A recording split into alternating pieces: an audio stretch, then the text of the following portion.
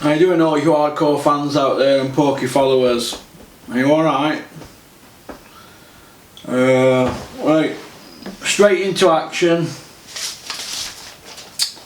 Jotted a few things down. We're a bit more professional now. We jot things down and get everything 100% right, or we try to. Can't get everything right though, but because a lot of boxing stuff, it's people putting false information out and a lot of things go on behind the scenes, and you can usually look at promoters when they put something out. It's usually the opposite. When promoters are very quiet, that's when big fights get done. Now this has come out at blue, hasn't it? The DAZN Oscar De La Hoya news. Now Steve Kim's put a few things out. I've seen an email from him.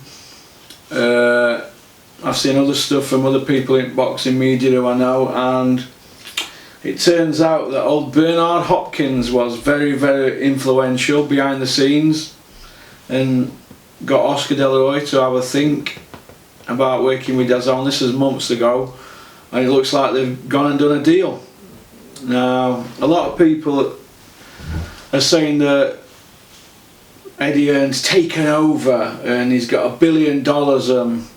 Well, it appears he hasn't really got that, has he? Because if he would have had that, he'd have made better signings than Jesse Vargas, wouldn't he, and Demetrius Andrade, who basically, he's got him a world title and in WBO middleweight division, fighting a guy who's useless. But it is what it is, isn't it? As far as I'm concerned, Eddie Hearn's had it coming to him, hasn't he? I could be wrong, I could have egg on my face, but everything I said months ago, people went, "Oh, you're wrong, you're wrong." I'm not wrong. People just don't hand you $1 billion in the boxing industry. They don't give you that in the NFL industry. Well, sorry, they do, don't they? It's a couple of billion, isn't it? But we're talking NFL. We're not talking boxing. NFL is known as, and I quote, America's game, innit? Now, Eddie Hearns thought he could go out there to America and take over. Now, I know people in boxing industry in New York, Los Angeles, Vegas, and everybody's just been waiting for Eddie to fall flat on his backside now. He's not really said much, has he? But I can assure you, by the time this video comes out, Eddie Hearn will have got onto his PR guy, Kugan Cassius. Yes, Eddie, no, Eddie. 3 bags full, Eddie. And he will do an interview saying something along the lines of, "I knew all about it. I was influential in the deal, Cougs, and it's great for DAZN because people who are going to pay the $10 a month, not pound dollars, people who are going to pay the $10 a month, Coog, it's all great for us, it's great for DAZN, and we're going to grow as a company with De La Hoya, who's a big outfit in America, and we're just happy to be challenging in the top 3 with Golden Boy and Heyman and ourselves and Bob Arum. We're happy to be challenging those top 3 guys. We're up there." So people are saying I'm going to fall flat on my face, Coogan, but look, now they've got 16 dates, we've got 16 dates. This is the word. It's not 100%, but I think it is. They're going to give Golden Boy dates because they want Canelo. Now DAZN have made a big splash, fair enough. They've got Anthony Joshua and they've got Canelo, but they're very quiet on the Anthony Joshua numbers. Now if Anthony Joshua does big numbers, Eddie Hearn screams it from the rafters. Screams it from the rafters. If he don't do big numbers, silence. See, what I've learnt in the boxing industry, obviously I've been hovering around it years, but what I've seen close up working with Den was, when a promoter is backed into a corner, like many a time I've been on car journeys with Denny, so he flew me out to Jersey, I've gone out there, I've seen him, and we've been on journeys with me and Chris Smedley, Liam Cameron. We drove to York Hall one day and back, and I've pinned him in the corner with hard boxing questions and backed him into a corner, and he's gone ooby-dooby-doo. Because I thought, yeah, I've got him here. Then to fire one back at me, him or Chris Medder just say, oh, we think Andre Dirrell beat Froch. And I'll be like that. I remember driving to London one day, and Dennis has got one of them X6s, X5 or something, new shape. And if you go out at lane, like, it tells you you're going out at motorway lane. I remember doing about 80, and I went, you what? And I went out at lane, and they went, drive, keep your eye out road, what are you doing? And I just went, down to about 120 in temper, because that does bother me when people say that Andre Dirrell beat Froch, because I was ringside, and I thought Froch won the fight, but not by a lot. But Dirrell had a point took off, didn't he? And he tried to nick the fight, tried to pick his pocket. But do you know what got Carl Froch through that fight? The Matthew Barney fight. Dirrell were a polished version of Matthew Barney, but fitness got him through as well. But anyway, let's get down to this DAZN thing. I think Eddie's going to struggle now. He's not got Canelo, but DAZN have got Canelo. But Eddie's problem is he were making out that he had an exclusive, wasn't he? So I've jotted some notes down here, pretty simple stuff, and I'm going to tell all you hardcore fans out there, if you want to do something similar to what I'm doing, that people say, oh, who do you think you are, and all this, doing that YouTube channel, look, go get a camera, you do it yourself, or get a friend to set a YouTube channel up, and then you pay a downloading fee every year for somebody. Jot some things down and just sit in front of the camera and talk about it. I mean, it's not hard, is it? You can do it if you got a bit of spare time on your hands. I'm now having a go at this full time, no income coming off it, but I've put myself in a position where I can do this for another 18 months, and I don't want to get to 50 in 2 years. It's my birthday, isn't it, Friday? I'm 48, but I don't want to get to 50 in 2 years and say coulda, woulda, shoulda, because then when I get to 50, if this channel hasn't really done as well as I want it to do, I've had a go, haven't I? And that's what you have to do in life. You have to have a go. And I can always go back to doing what I was doing. Motor trade's always been good to me, but I love boxing, don't I? And I remember Barry Hearn once saying to me, Russ, if you can do something as a job that you love, I think it's brilliant. And he's right. And I agree. I agree with Barry on that. I agree with him. And I've heard other people say that as well. And boxing's my passion, isn't it? It's what I love. But only one thing I love more than my children, my twins, is boxing. Does that sound harsh, or should that be? Only one thing I love more than boxing is my kids. Yeah, it's probably that one. Yeah. But like I said, it's a close second, my kids, to boxing, or a close first. Right, I'll go through these notes I've got here, and we'll get off. Right. 1. DAZN, Oscar Bernard Hearn. Well, we know what's happened there, don't we? I've just explained that. Eddie Hearn's very quiet, but I can assure you he'll be on IFL soon, and he'll say, oh, everybody's saying that it's over for Eddie Hearn, that he's got to share the dates at DAZN, and that I said that I've got an exclusive on our hand. I never said that, Cook. I never said that, Cook. Eddie, you were making out you had an exclusive. People check on IFL, you'll see that Eddie Hearn were making out he had an exclusive deal. He didn't. He's like Pinocchio. His nose grew long. Will come out and say we're all working on. Yeah, you'll probably say that. We're all working together, blah de blah, and it's great. You know, Canelo and Oscar and Bernard Hopkins and Shane Mosley, they're going to be on DAZN, and we're on DAZN, and we're all working together. I get on with great with Oscar, and you know, let's all hold hands and sing "We Are the World." We are the world. We are. You know, that's what he'll be coming out with. That's Eddie's PR machine. But deep down, the silence from him last night was deafening. But I could be wrong. I could have egg on my face. He could have an exclusive deal, but I don't think he has. He's not made the signings. He needs Golden Boy to help at DAZN to stay there himself, because he can't carry that. Now, how long's he had that deal now? 5 months? He's had it 5 months. He was saying it were going to be how many shows a year? Well, how long's he been there now? Because he was saying it were going to be a show a week. It's going to be a show a week. It's not been a show a week, has it, if you work it out? It's going to be a show a week, Sky, DAZN, and, you know, I mean, how's he going to do all that anyway with all that travelling? I know he's got a deal with Virgin, but he must be clocking up some air miles. But anyway, yes, Oscar will want his, Oscar will want his cut. How DAZN deal will work, it'll be a bit similar to the Box Nation one, and Frank Warren, he was throwing big numbers out when he started that, but it didn't work like that, did it? Canelo has got fights twice a year, doesn't he? So that's $10 each fight it's going to cost you.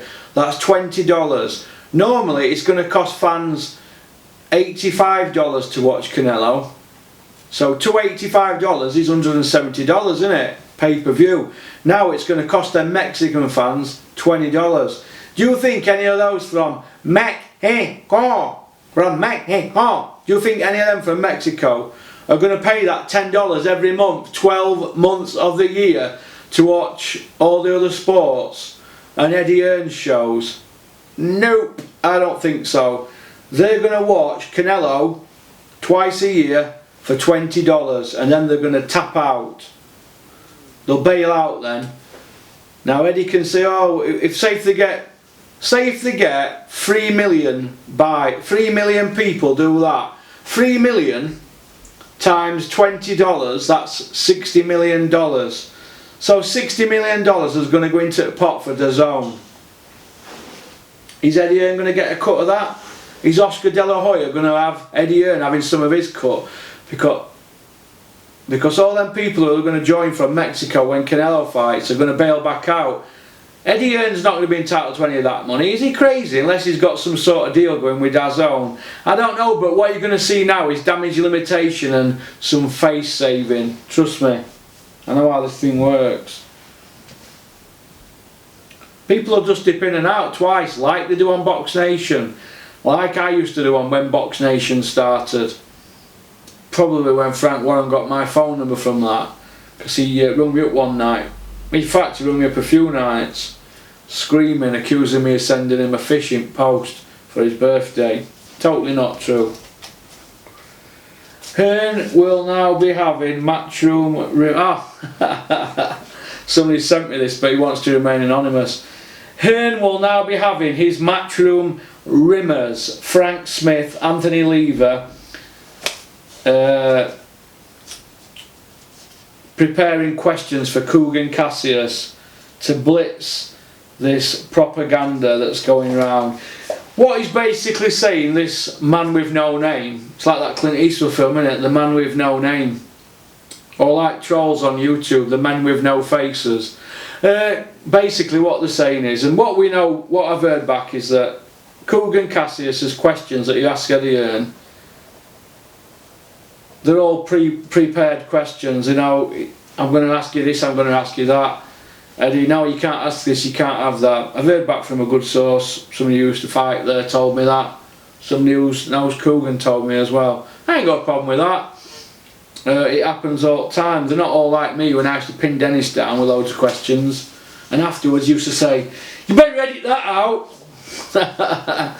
No, we don't edit no out when I do stuff with Dennis. It's all, there's nothing edited on this programme. If any editing is done on here, Rico or Paul and Emily, or Emma sorry, will say to me, Russ, we're gonna edit this out. I'll say, yeah, okay. Or with the Facebook page, if anything goes through the Facebook page now, any questions, I'll get a text on my phone. It's like Paul Johnson, he's asked us a couple of questions, and Stacey will send me it because I'm not on Facebook, and I'll just send her a question. I'll say send that, put that out. That's it. We're all pretty honest. All those who are helping with Porky's channel. We're trying to create something. Be like I tried to create something with Dennis over 3 years. Rico, Paul and Emma and Stacey. Oh, Paul and Emma, Stacey. Me, Rico, Paul, Emma, Stacey. Us five and Dale Nichols, he comes on and helps out. I'm going to have him on tonight for a blast. So basically there's us 6 that are helping out with channel, and it's growing. We haven't had that many views though, but in 10 months we had 100,000 views, which is, Dave Allen probably does that for one interview, but I ain't got access to all that all them people, have I? David's my pal, but he's on Matchroom, isn't he? And I don't think it'd do his Matchroom chances any good if he starts doing interviews with me. And I can understand that. Same why Carl ain't been on, he's on Sky, isn't he? But I ain't got a problem with that. People have got families to sort, haven't they? But getting back to this, I don't call him Frank Smith no more. I call him Mr. Emily Eubank, because people now know him as Emily Eubank's boyfriend or fiance. He's sort of lost his identity, hasn't he? And that's probably why Frank's put a bit of weight on and come out in loads of spots and that. Probably been partying and probably been pigging out. But it's not my fault that Emily Eubank likes chubby men, is it? Because chubby men are lovely, aren't they? I'm a chubby chappy, aren't I? And women love me. As if. But getting back to this, you're going to see an Eddie Hearn IFL interview, and you're going to hear him, like I've just said to you, and I'm boring pants off you now. He's going to come out basically and just say, great for DAZN, it's great. I love the competition, great Coogan. It's all great. I get on with Oscar De La Hoya, he's a pal of mine. I've worked with Golden Boy before. Canelo's a great fighter. DAZN have got Canelo and Anthony Joshua, 2 biggest stars in world boxing. Great Coogs, great. Apples and pears, apples and pears. Muggy, Cheeky Nando's, blah de blah. Tom Ford sunglasses, cheeky hoodie, whatever. Cheeky loafers. Right, let's cut the Eddie Hearn crap now because he's boring, drives me mad. Let's go to, let's see how long's left on the video. 19 minutes, so we've got 11 minutes. So if I set my thing now for 10 minutes, let's have a look. So 10 past 12, I'll start going on about what sponsors are on board. I have to give everybody a shout out, don't I? Great. Derek Chisora has signed with Haymaker. David A is going to be his manager. Now what a lot of people don't know is what a manager does, right? He helps out with training camps. He sorts everything so the fighter doesn't have to do it. Now, it's no different to things I've done in the past. Everybody knows that I helped Peter Fury in this camp. I brought Bunny Johnson on board for strength and conditioning. And I brought Robin Reed on board for technical work. You know, he's a pad man. Plus it gives Peter a chance to stand back and observe the gym. So, and I've got to see how a different trainer runs a different camp on this camp with Huey. So I'd like to think I've learnt a lot from this camp. And because there's a lot involved. Peter has a lot going on there. We Frank Smith and Asif. And the fighters there, Savannah and the other lads and sparring partners coming in, and it's good to soak it all up. I soak it up like a sponge, and we chat boxing all the time, and that's what Derek Chisora's now going to do. David A's David Hay is coming out with statements like, Chisora, we need to get him in the best shape as possible and all this. Maybe they do. I'd like to see Derek Chisora in shape once and for all and a bit lighter. He knows it's going to be the fight of his life. He knows if he beats Dillian White that he gets Joshua, but this is Derek Chisora's final hurrah. A British Commonwealth and a European champion and a world title challenger. So basically he's done what Henry Cooper did. He is the Henry Cooper of Zimbabwe. Dillian White is a British champion. He's never fought for a world title. And he's on his 3rd pay-per-view. Now, I ain't got a problem with that. I like Mark Tibbs. Mark Tibbs I get on with, and Mark Tibbs is a fantastic trainer coming from a legendary trainer. Somebody who is I class as I can't say a peer of mine because I don't know I don't know Jimmy Tibbs. I know Mark Tibbs. I don't know his dad. I've met his dad. Dennis speaks highly of him, and Jimmy Tibbs is a legendary trainer. But also, I admire him, same as I admire Peter Fury. Anybody who can do a 10-year prison sentence, go no comment, and not rat on their friends. I admire that. I have a lot. They're people that I admire. Some people admire James Cagney for playing gangster parts, Al Capone, Craze. I admire people like Peter Fury and Jimmy Tibbs, old school men. Now Mark Tibbs, he'll be a good trainer because he's learnt off his dad. He's been around it all his life, hasn't he? Now Dillian Whyte, I think, is going to be a world champion. I've given Dillian Whyte some stick actually, because sometimes he does stuff that's crazy, and he used to DM me all the time, and then he blocked me when I was on Twitter. I don't know why, probably because I was saying to him, come to Liam Cameron's Sheedy fight with Mark, you're only at Loughborough in training camp, Dillian, why don't you pop up? And I kept going on and on. Dennis is saying, get Dillian Whyte here, get him here, let's get Dillian Whyte here, and we'll put moves on him, and that's how things go, innit? And I were up for that, me. I wanted to be a part of that sort of thing, and you know, I'm sure Dennis could have put a package together to sign Dillian, but at that stage, Dillian he had a defeat on his record, I think, and he'd just beat Chisora.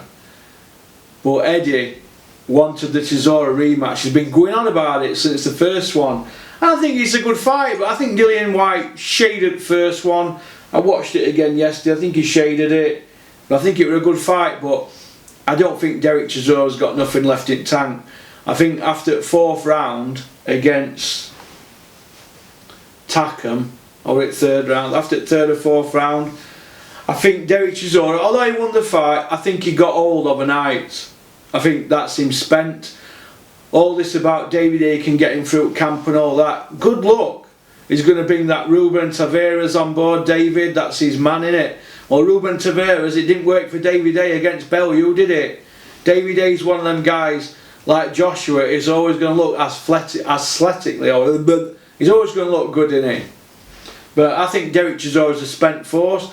Everybody said he was a spent force after Tyson Fury smashed him up. The second time he gave him the biggest beatdown of his life. He's never been manhandled like that, Derek, before. And that would have peaked Tyson Fury. I don't think you're going to get a Tyson Fury as savage as that, because he just smelt blood and he beat him up. If that Tyson Fury turns up against Wilder could be in for a tough night. But I think Derek Chisora's a spent force, but I think Dillian Whyte deserves a pay-per-view. But let's not forget, it's not a world title, and it's two guys that have not won a world title, but yet it's pay-per-view. Now, what is the pay-per-view criteria? Does Dillian Whyte deserve pay-per-view? He should have had a title shot by now, shouldn't he? Eddie seems to be holding Dillian Whyte back from a title shot. Why? I don't know why he's doing that. Dillian Whyte deserves a title shot. They should have gone and got the WBA regular shot and paid for the belt. Didn't want to do it, did he? Because it won't pay-per-view. Eddie's trying to he's trying to balancing act. He's juggling all these plates. He's trying to keep Whyte happy with money, but get him his title shot. And I don't think Dillian Whyte wants to go near Wilder myself. I think if he goes for a world title shot, I think it'll be Joshua. And I think it'd be a better fight than last time. I thought Dillian lost every round at set 1. But he was coming off a 2-year ban for a drug ban, which for some was a mistake. But I think that Dillian Whyte's a better fighter. I think he's improved more than what Joshua's improved. And I think it's a 60-40 fight in Joshua's favour. People are going to say, oh, you're only saying that because you like Dillian Whyte and that. I don't know Dillian Whyte. I remember being on in car with Dave Allen going out to Peter Fury's on motorway, and Dillian Whyte were texting Dave Allen saying they were going to smash his head in, saying they were going to smash him up. So trust me, I know Dillian Whyte is a guy not to be messed about with. If you upset Dillian Whyte, he's not bothered who you are. He'll give you a backhand. He probably won't punch you or kick you, but he'd probably backhand you. So I'm not going to choose my words carefully. I thought he beat Chisora, shaded it, but I thought Joshua won every round at set 1 against him. But he's got a good trainer and he's learning. Some of the things he does I don't like, but some of the things I do, Dillian White probably don't like, or some of you lot don't like. We're not all perfect, are we? We're all finding our way in this world. 100 years from now, we're all going to be dead, aren't we? If I live to see 70, I'll be happy. I'm 48. If I live to be 68, I'll be an happy man. But Dillian White beats Chisora in a rematch. Chisora's got nothing left in tank. He'll come and have a go, and that'll be it. He'll come and have a go, and that'll be it. Dillian White, too big, too strong, longer arms, taller, heavier in weight, fresher fighter. No miles on clock. He beats him. It shouldn't be a pay-per-view with Chisora on, but Dillian White against Bellew, that'll be pay-per-view.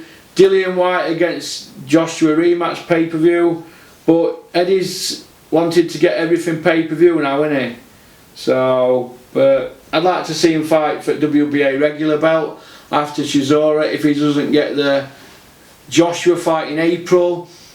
I personally think that Wilder beats Tyson Fury if Tyson's not on his game. And I think that Wilder might fight Joshua in April, but who knows what's going to happen. It's all exciting, isn't it? And Porky's Corner's exciting as well at the moment. I'm really impressed. I want to shout out thank you to Rico, Stacey, Paul and Emma at K Official. Loads have helped me. Loads have helped me. Justin, Tea Leaf Company. I'm nearly run out of that coffee, Justin. I hope you're going to come to my birthday party on Friday, Justin. You can stop at mine. Alright, we've got plenty of room here. That's about it, really. William at Colourworks, thanks to him. Thanks to Marnus at Charnwood Kitchens, Leicester. William at Colourworks in Leicester. They've been brilliant. I'm not after a free kitchen, Marnus. I know you think I am. Kitchen I've got's alright. My doors changing on it and drawers though. I think there's 16 doors and 14 drawers. If you're offering. If you've got out knocking about in factory, you know what I'm like? I'm like a woodpecker. I'm like pecking away. Peck, peck, peck. But Dave Allen's just texted me here. Hello.